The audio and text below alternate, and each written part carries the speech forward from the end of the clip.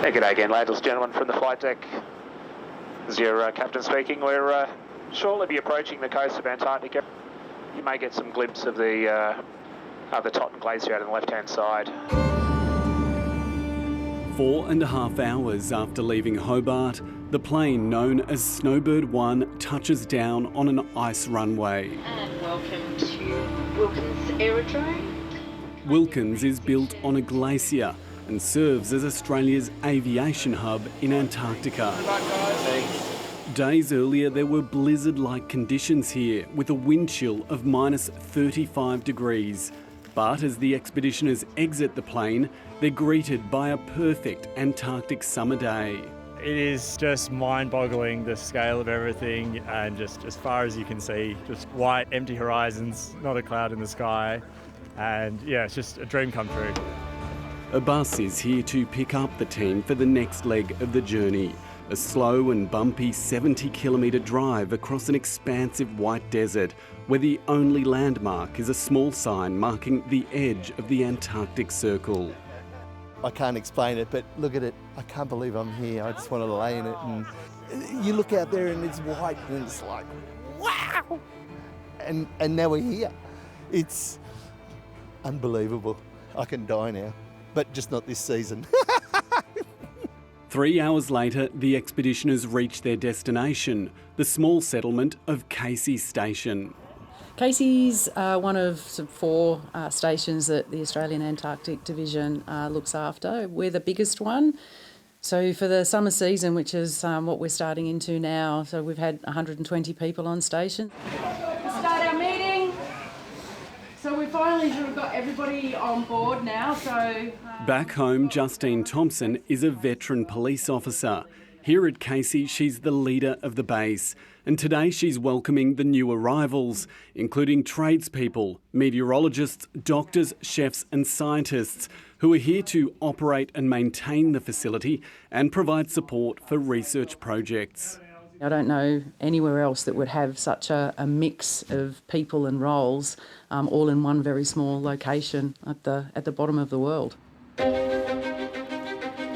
Life on station has a daily routine, and each morning an observer from the Bureau of Meteorology dons protective gear to fill up a weather balloon with hydrogen before launching it into the upper atmosphere. We're releasing them at the same time as other weather stations all around the globe. So we're getting a snapshot of what the atmosphere is doing at a given time. Inside the workshop, a welder is busy fixing broken equipment and electricians are inspecting a circuit board. The guys are great at every job they do, working out what spare parts they need, looking through all the little nooks and crannies on station at all the tools and materials that have been hidden around over the years. Over in the kitchen, the chefs are preparing food for the hungry workers. So we're about to get lunch up this morning for 123 of our expeditioners. So every day we have lunch, a cooked lunch, and every day we have a cooked dinner. What's the plan for dinner tonight? Plan for dinner is Friday, so fish and chip Friday. So we'll have some gummy shark that'll be battered, and we'll have some chips because you can't have fish and chips without chips, obviously. The station receives only one resupply voyage each year, so chefs like Brooke Hartney largely have to make do with frozen food and canned supplies. But there is a hydroponics facility on site, producing more than 120 kilos of tomatoes, cucumbers and herbs over the past year. Getting some fresh produce a few times a week from our hydro team is it's fabulous. It makes our day. As we know, due to geography, we're limited with fresh produce, so a little bit of crunch on the palate, it's pretty delightful. The station is positioned on the edge of the Antarctic coast, allowing scientists to venture onto the sea ice to conduct population surveys of the local wildlife, including Adelie penguins nesting on the rocky outcrops and adult Weddell seals slumbering with their pups. Off-station missions are all done with the support of field training officers who provide specialist survival skills to keep expeditioners safe in the unpredictable Antarctic weather. It can be ferocious and it can change really, really fast, and I think that's the joy and the terror of this place, that it can change really quickly, and you have to be, we are, I suppose, masters of observation.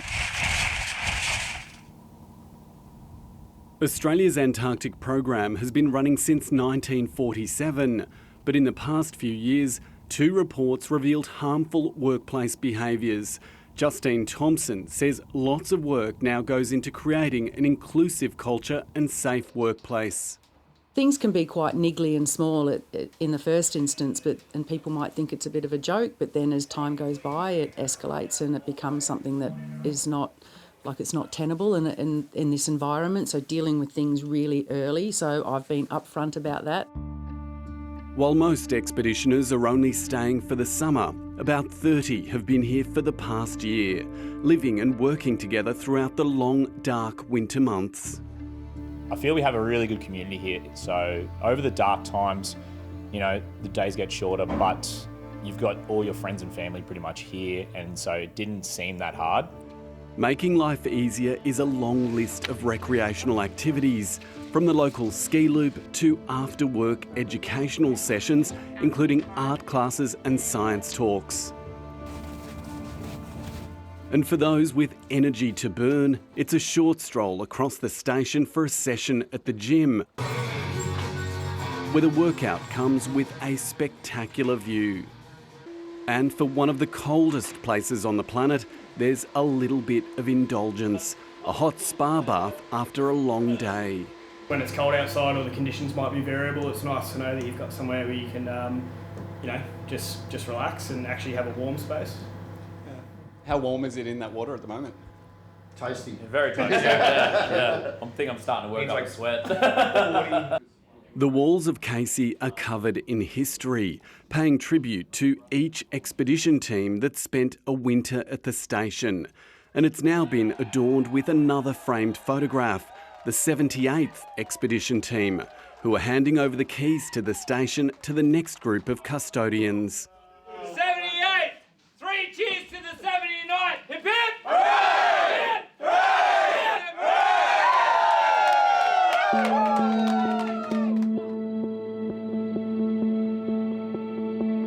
It's been more than a year since some of the expeditioners first arrived here at Casey, but it's now time to say farewell and return home.